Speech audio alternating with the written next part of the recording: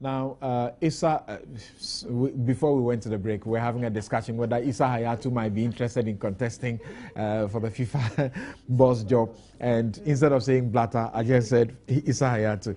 Now, Seth Blatter, as you know, has now, after just how many days after standing elections and winning, has announced that he will be standing down. He has done, his fifth term. He's done his fifth term of 17 years and contested and then won again. And now there's been a lot of allegations about corruption and some games that's going on within the FIFA body. And as you are aware, 14 senior executives have been interdicted. 7 have been arrested in Zurich, and that's last Wednesday, and detained pending extradition to the United States of America over corruption. And how much is involved?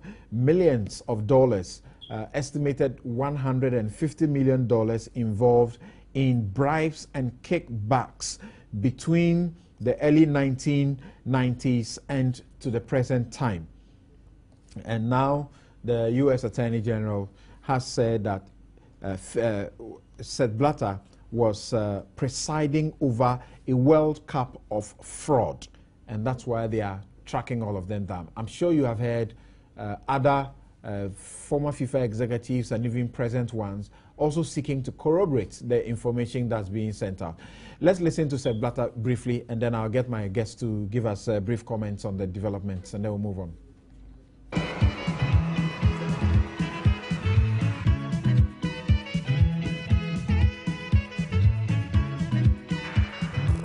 Get Gabi briefly on the Seth Blatter and the issues that are coming up. You have heard Jack Warner, who also, has spoken with the BBC and says that, look, this is a good decision that he has taken. There are others in other federations across the globe who say this is a good decision, it's long overdue. I think what is clear is that I think there was some sense of utter insufferability when it comes to Blatter, Teflon. And now he's gone, or he's going. But I saw this cartoon, which I thought was quite interesting, where these mafioso, mafia bosses, and they were saying, now we stick to racketeering and smuggling and drugs and what have you, but someday we'll get into soccer. It appears that soccer is where the real business is.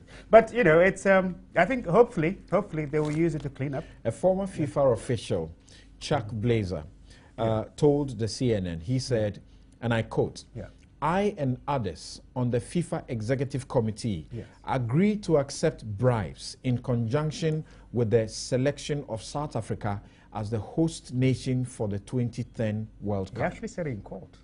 He said it in court. Oh, okay. Yeah, he said it in court. I was following on the CNN. Yeah, he said it in court. And clearly, apparently, 10 million were somehow transferred into some Caribbean account for Africans in the diaspora, something very strange. And Jack Warner had it, apparently, and then he transferred 750,000 to his assistant, because I think Chuck was then the general secretary to the CONCAF or something like that. Yeah. Anyway, so clearly, I mean, they are announcing it, and it appears that, I don't know, we don't know where this went, but really it tells you that there's serious corruption. I think they call it FIFA. FIFA, rather than FIFA. I'm hearing it from you for the first time, and you can trust Gabi for that. Kweku, I mean, briefly, what do you have to say about this? Well, let's wait and see what happens. The FBI, I'm sure, haven't concluded their Yes, they have not. Yes, and the matter hasn't reached the court yet. What we hear is bad enough, but I would want to wait.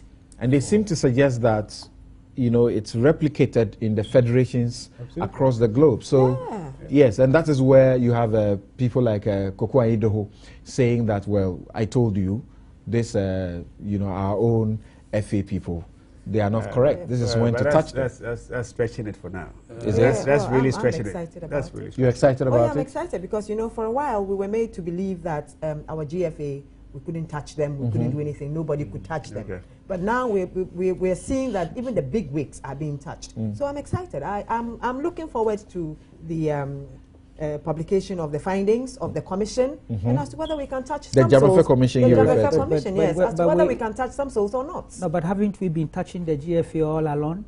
All they have said is that if it's FIFA money, you can't touch it. If it's public money, you can't touch it. And the public money is given to GFA mainly handled by Ministry of Youth and Sports officials and their accountants. So truly, we have been touching the GFA. Often, didn't they go to the commission? They did. Well, if you have bribe allegations, but you remember they went after some protests. Yes, no, but they did go. The bottom line is that they were there. They went through the process.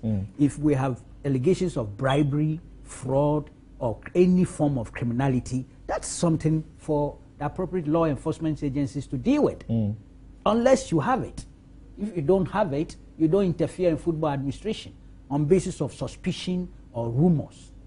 I mean, I think we should be very clear about that. But let's wait for this one. Let's see the outcome, that we can inform ourselves. I think the U.S. judge called FIFA racketeering influence corrupt organization. Racketeering influence corrupt organization. He's made a judgment. That's a lot, eh? Is that a judgment? No, is that a judgment? Where is the judge? It's not a that's part of what Kwesi has been saying. The thing is, that the there person appears has to be a pleaded certain guilty. gang that is seeking to, take over this whole football thing and make it a European. There's an aspect there. That's true. But we still wait for the court. But he was dealing with a chap who had pleaded guilty. Yes, but that's not a judgment on the issue. The entirety of the issue. That's his comment. It was just yeah, it's a comment. Thank you. Let's leave it. You are a good lawyer. You know that. All right. I've just been hoping that we would have been able to get Setekwe back on the line. Yes. Do we have Mr. Setekwe now on the line? Because he's the only one who can save. Okay. Who can save the mayor? Unfortunately, I understand that we don't have him. Well, this is where we draw the curtains on today's edition of Newsfile. Abdul Malik Kweku Bako, editor-in-chief of the New Crusading Guide newspaper, and our regular panelist. Rodelyn Imoro Ayana is the second national vice chairperson of the CPP. Tell me you enjoyed her, because I did.